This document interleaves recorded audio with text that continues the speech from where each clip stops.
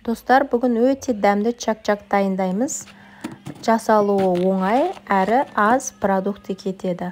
Ол үшін алдын ала жұмыртқамызды морозилікке салып қоямыз. Беті қатқан кезде алып, осылай жақсылап араластырамыз. Осындай көбік болған кезде ас содасын, тұзымызды, шекерімізді және сұйық майымызды салып араластырамыз.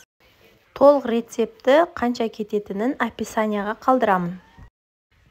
Ұнымыздың бірінші жартысын салып, оны венчикпен араластырып аламыз. Сосын екінші жартысын салып, қатты қамыр илейміз.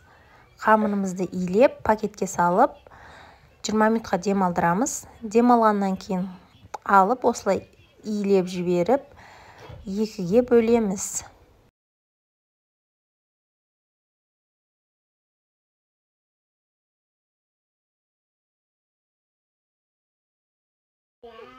Бір бөлігін осылай жұқа етіп жайып, екінші бөлігін де жұқа етіп жайып аламыз.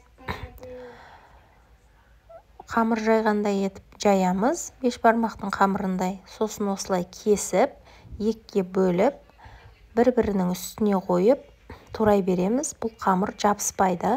Қорықпай турай беріңіздер, майдалау қылып. Осыншама туралған қамыр шығады, оны майға қуырып аламыз. Мен майға қуырғанын түсірмеппін. Сосын газға қоятындай темір ыдыс алып, әселімізді, шекерімізді және су құйып, газға қоямыз. Қайнағаннан кейін 10 минут қайнау керек. 10 минут қайнағаннан кейін ыстық күйінде жаңағы чак-чагымызға құямыз. Қолмен араластырмаңыздар, өте ыстық болады. Осындай қасықпен жақсылап араластырамыз. Бір-біріне сіңу керек медымыз. Енді осындай өздеріңіз қалаған любой формамызды алып саламыз. Әбден престейміз, нығыздаймыз.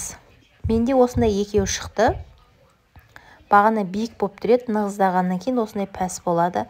Дәмі өте керемет, жасап көріңіздер.